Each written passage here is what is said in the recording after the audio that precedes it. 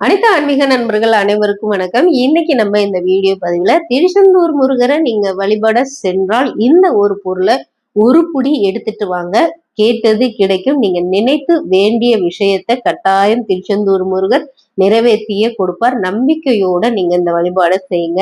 ஏன்னா இன்னைக்கு நம்மளோட பல வீடியோ தொகுப்புங்களை பாத்தீங்கன்னா திருச்செந்தூர் முருகருடைய பக்தர் பலனடைந்த விஷயத்தையும் அவங்க வாழ்க்கையில தீபம் ஏத்தி மந்திரங்கள் உச்சரிச்சு அவங்க வீட்டுல பூஜை செய்தனால பல நன்மைகளையும் திருச்செந்தூர் முருகருடைய அருளையும் அவங்க பெற்றிருக்காங்க. அவங்க சொல்ற விஷயத்த தான் நம்மளோட ஒவ்வொரு பதிவுலையும் நம்ம உங்களுக்கு சொல்றோம்.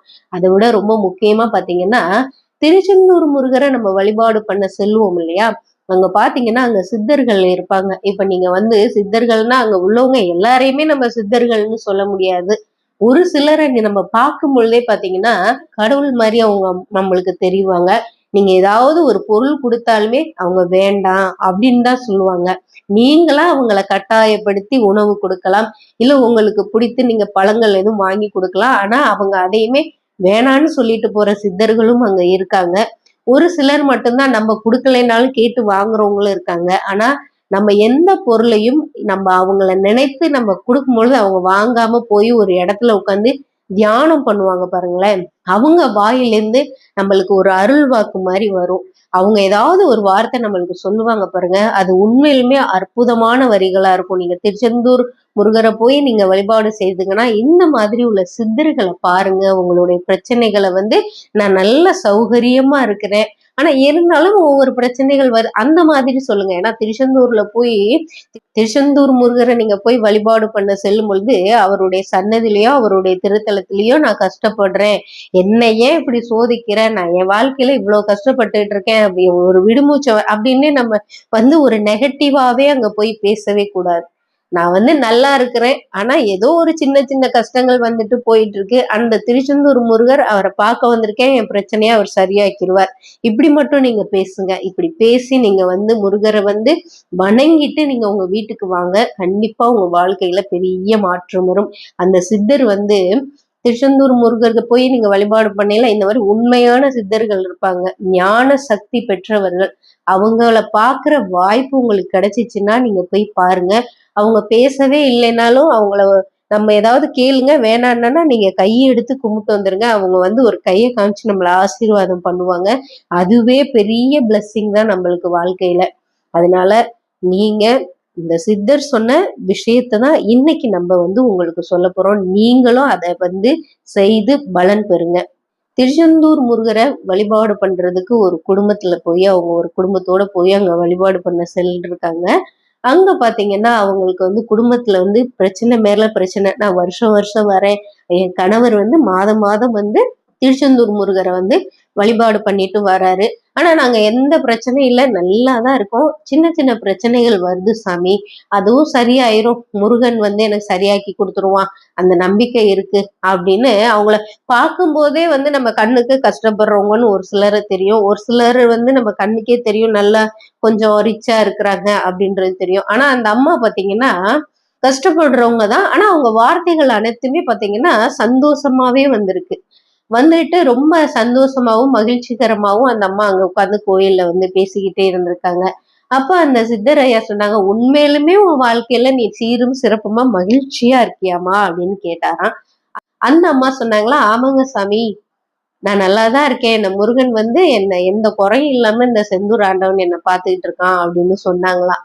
அந்த ஐயா சிரிச்சுக்கிட்டே சொன்னாங்களாம், சரிம்மா, நீ இப்ப இருக்கிறல, இதை விட நீ இப்ப கஷ்டப்படாம நல்லபடியா இருக்கல, இதை விட நீ நல்ல நிலைமைக்கு வருவோமா, நீ சீரும் சிறப்புமாய் நீ இப்ப இருக்கிற வாழ்க்கையை விட நீ 100 மடங்கு நல்ல வாழ்க்கை உனக்கு அமைச்சு, நீ சொல்ற அந்த செந்தூர் ஆண்டவன் அந்த சண்முகனை உனக்கு நிறைவேற்றி கொடுப்பாருமா அப்படின்னோடனே அந்த அம்மாவுக்கு பாத்தீங்கன்னா கண்ணுல இருந்து தண்ணி வந்துட்டான்.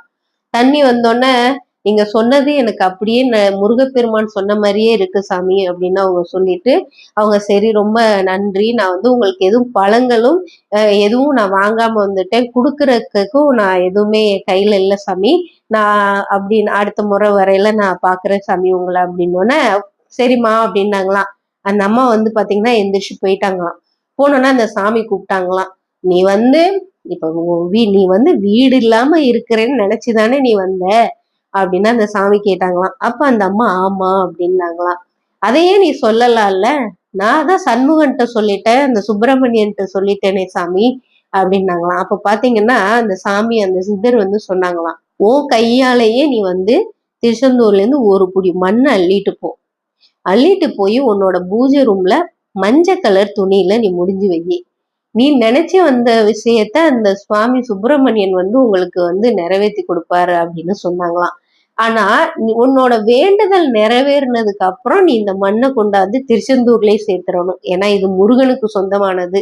நீயும் முருகனுக்கு சொந்தமானதுதான், இந்த மண்ணும் முருகருக்கு சொந்தமானதுதான். இந்த மண்ணை கொண்டாந்து நீ திருச்செந்தூர்ல சேர்த்துடணும். நீ எந்த இடத்துல நீ முருகப்பெருமான உன் பூஜை அறையில வழிபாடு பண்றியோ அந்த இடத்துல அவர் நிலையா நிலைத்திருப்பார். நீ எந்த விஷயத்த வேண்டி இதை அள்ளிட்டு போறியோ அது நிறைவேறணும்னு திரும்ப கொண்டாந்து அவருடைய தளத்திலேயே நீ போட்டுறணும் அப்படின்னு அந்த சித்தர் சொல்லி, நீ ஒரு புடிய நீயே அள்ளிட்டு போ, நீங்களே கொடுங்க, நான் கொடுக்க மாட்டேன், அது அவனோடது, அவனோடத நீ எடுத்துட்டு போ, நீ எடுத்துட்டு போய் வழிபாடு செய்துட்டு உன்னோட வேண்டுதல் நிறைவேறணும்னா அதை திரும்ப கொண்டாந்து அவன்கிட்டயே சேர்த்துரு அப்படின்னாராம் அந்த சித்தர். அதே போலதாங்க நீங்க உங்க வாழ்க்கையில ஒவ்வொரு பிரச்சனைகளுக்கும் நீங்க எந்த விஷயம் நடக்கணும் அப்படின்னு நினைக்கிறீங்களோ அதற்கு திருச்செந்தூர் போய் முருகனை வழிபாடு பண்ணல ஒரு புடி மண் எடுத்துட்டு வாங்க. உங்க பூஜை அறையில நீங்க வழிபாடு செய்யுங்க.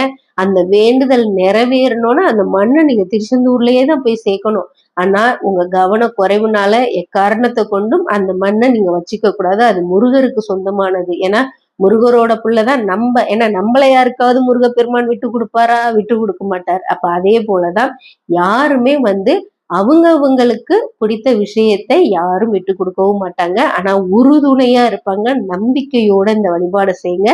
இது சித்தர் சொன்ன விஷயம். இன்னைக்கு பாத்தீங்கன்னா அவங்க வந்து ஒரு பெரிய கடை வச்சு வீடு வாசல்லாம் கட்டி நல்ல நிலைமையில வந்து இன்னைக்கு திருச்செந்தூர்ல பாத்தீங்கன்னா பல பக்தர்களுக்கு வந்து அவங்க இந்த பௌர்ணமி இதுல எல்லாம் வந்து அன்னதானம் வந்து கொடுக்குறாங்களாம். அதனால இன்னைக்கு நம்ம இந்த வீடியோ பதிவுல சித்தர் சொன்ன இந்த ஒரு புடி மண்ணை நீங்க நம்பிக்கையோட எடுத்துட்டு போங்க. இப்ப எந்தெந்த பிரச்சனைக்கு வேணாலும் நீங்க எடுத்துட்டு போகலாம். திருமண தடைக்கு, அதே மாதிரி குழந்தை பாக்கியம், இப்ப நோய் தீரணும் அப்படின்னீங்கன்னா கடவுள்கிட்டையும் நீங்க போய் நம்ம வேண்டுவோம், மருத்துவர்கிட்டையும் நீங்க போய் பாருங்க. ஏன்னா இப்ப குழந்தை பாக்கியத்தோடதும் தீராத வியாதி தீரணுன்றதுக்கெல்லாம் மருத்துவரையும் பார்க்கணும். நம்ம பெரிய மருத்துவர் முருகப்பெருமானையும் நீங்க வழிபாடு செய்துக்கணும். எந்த பிரச்சனைக்குமே நீங்க வந்து இந்த ஒரு புடி மண்ணை நீங்க எடுத்துட்டு வந்து உங்க வீட்டு பூஜை அறையில வழிபாடு செய்துட்டு நிறைவேறணும்னா அவர் சன்னதியில போய் நீங்க சேர்த்துருங்க. இந்த வழிபாடை நீங்க செய்து பாருங்க. கட்டாயம் உங்க வாழ்க்கையில பெரிய பெரிய மாற்றத்தை திருச்செந்தூர் முருகர் கொடுப்பார். நம்பிக்கையோட இந்த வழிபாடு செய்யுங்க. இந்த வீடியோ பதிவு உங்களுக்கு பிடிச்சிருந்துச்சுன்னா நம்ம சேனலை நீங்க லைக் பண்ணி சப்ஸ்கிரைப் பண்ணிக்கோங்க. மறக்காம பெல் ஐக்கானை தட்டி விட்டுக்கோங்க.